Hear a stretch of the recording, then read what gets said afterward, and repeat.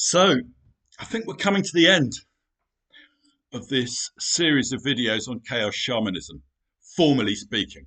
Um, I'll keep making videos, but this is a sort of, as it were, comprehensive series. It's being turned into a book. And I've got a whole load of points I've written down that I haven't covered yet, just small points. I thought, well, I'll gather them together at the end and just sort of talk about them. So, first point, where did this idea come from? It's interesting. The idea for chaos shamanism, chaos. It's about being close to ourselves, close to that chaos, because fundamentally we are chaos, if you think about it. There's just this flow through us without order of feelings and of thoughts. Yeah? We're doing our best to navigate it.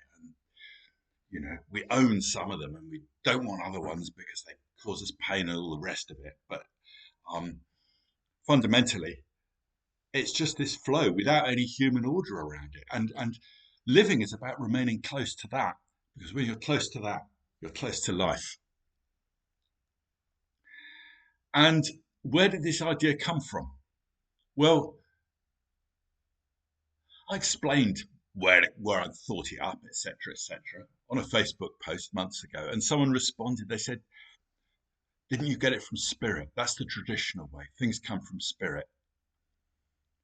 And I thought, well, yes and no. That's an interesting one. Because in a way, yes, it does need to come from somewhere deeper, or it's not going to be an idea that runs. It's not going to be an idea that grabs, but it grabs me, and it seems to grab quite a few other people.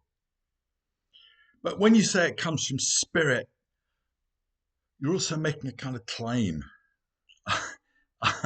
You're giving it a kind of authority. Oh, well, I got it from spirit. And that's almost like what we've been trained to do. And it's not proper unless it's come from spirit. My spirit guide told me. Stuff like that. And if someone's spirit guide told you, well, you're not supposed to argue with that. If someone says, well, my spirit guide told me this, you're not supposed to go, well, I think your spirit guide was wrong. that's that's crossing a boundary you're not meant to cross. But you do need, so you see what I mean about it? It carries this kind of authority around it. And that's not something I'm too keen on, because we need to be able to discuss everything. So that's why I say I thought it up. Yeah. It's a bit English of me. It's a sort of understatement. An American might go, well, if you only thought it up, well, then that's not deep enough. And no, we can't really run with it as an idea. But if you're English and you hear me say that, you kind of get it. Okay, here's the understatement. Yeah. There's a kind of modesty in there. Yeah. He's not making any claim, but you can sense there is something deeper around it. So that's why I say I thought it up. I never say I got it from spirit. In fact, if you think about it, that's not really adequate, because if you're going to repeat something to someone, you need to have thought it through. You need to have made it your own. Otherwise, it is just authority saying, oh, I got it from spirit. Yeah? So you feel it through, you think it through, you live it. That's what I've done with chaos shamanism. I've thought it through at length. You've put up with all these videos on it. And it works. So it doesn't just come from spirit, it comes from me as well. I mean, yeah, it had to have come from somewhere originally. It was a bright idea. Okay, spirit. But I'm not communicating it on that basis. I want you to be able to argue with it. I want you to be able to go, well, it works like this, but not quite like that. Or the word's got a bit of a harsh edge to it, etc., etc.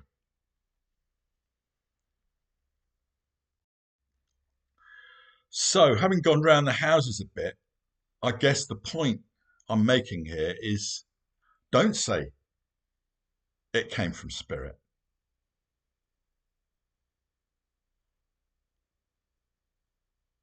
Give your reasons for saying what you're saying. And if you haven't got reasons for it, don't say it.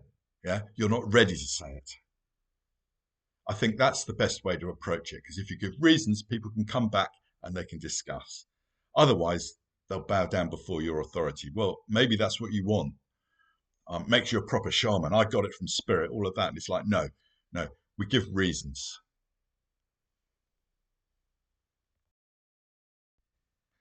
Okay, that was the first point in what I'm calling um, this chaos coda, the last movement of a symphony. And it's picking up all these bits that have sort of got scattered along the way, but not necessarily making a new theme out of it all. It's chaos. It's teaching. This is teaching. And teaching is something that is spontaneous. You don't get traditional teachers, you know, they do it orally. They don't have a text and a plan and a course. They do it orally, spontaneously, according to who they're with, or according to what has appeared in their mind. You trust what's in your mind. That's what needs to be spoken about now. And and so I'll repeat myself. There's plenty of repetition throughout this whole series of videos. And that's because it's not a course, yeah. Whereas where these are all the points you need to learn to remember. It's more a meditation, more a contemplation. And so you keep coming back to points, you dwell on them, you feel them. That's the nature of teaching. And that's why it's better done orally in many ways. Because also my being is better able to communicate itself. Where I am, you get a sense of that. You know, is this person for real or not? Well, maybe that's hard to tell on a page. It's easier to tell, well, ideally, physically. But online, you get a really good impression as well. I mean, I've met people having only known them online, and yeah, I do know them. There's something extra meeting them physically, but I know them.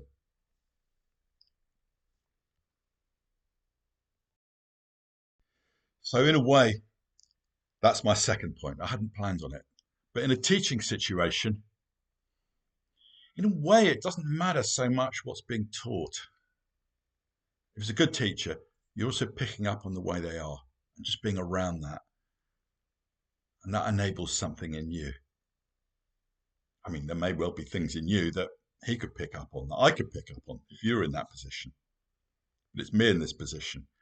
And been sitting with this stuff for many years. So there's maybe something you pick up on about the quality, the way I talk. But I feel I'm in my body when I talk. I kind of know what I'm talking about. It feels this kind of whole. It was 40 years ago when I began teaching. I was passing on stuff, and that's valid. I was passing on particular ways of meditation to start with in my 20s. Yeah. Um, I've been promoted beyond my station, really, as a kind of Buddhist teacher. And of course, I wasn't, not really. I didn't know anything really in my being, but I was opposing how I was in many ways in this willful way. So, no, I wasn't a teacher then.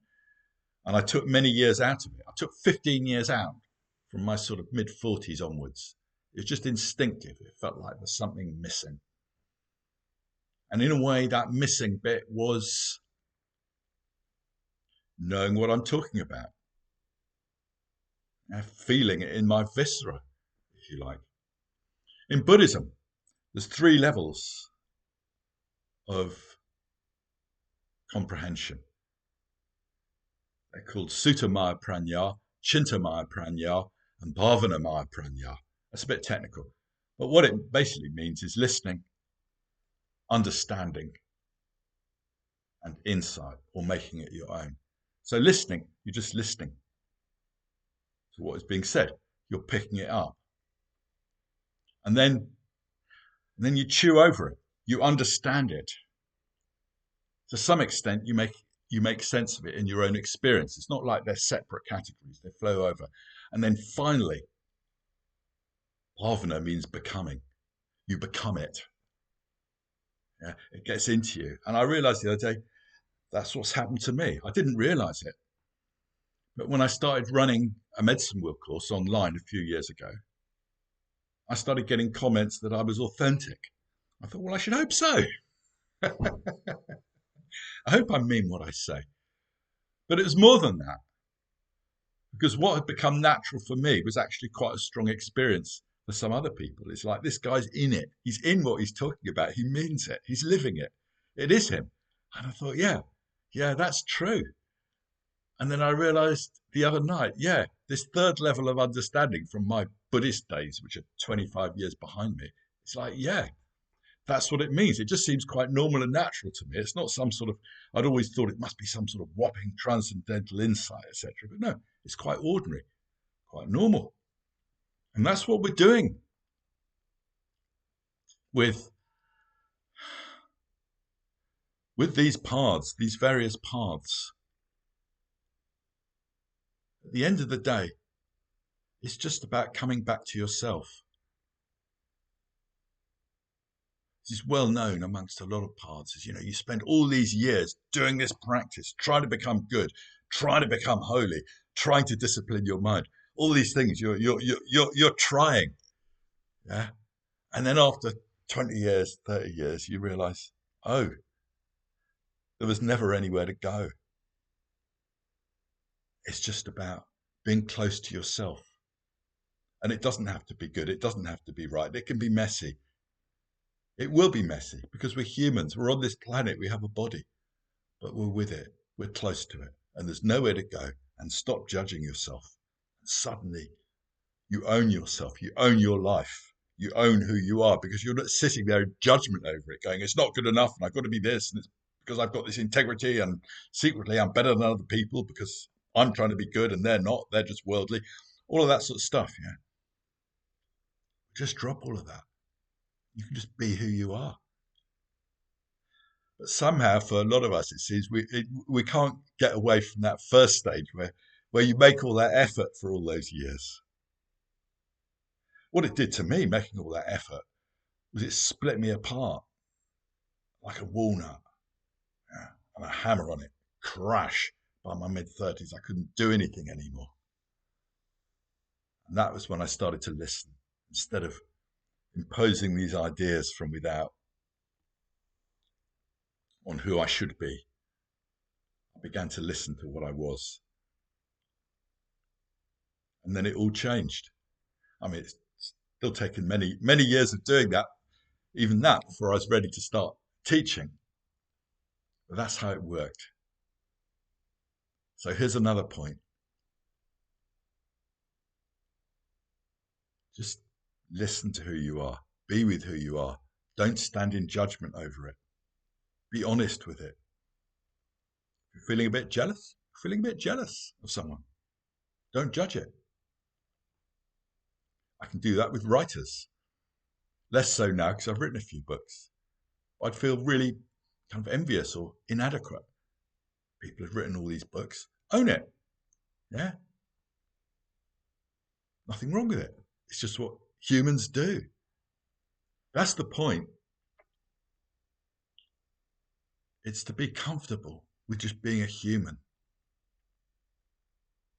Because actually, these troublesome bits, they will mitigate if you just stay with them.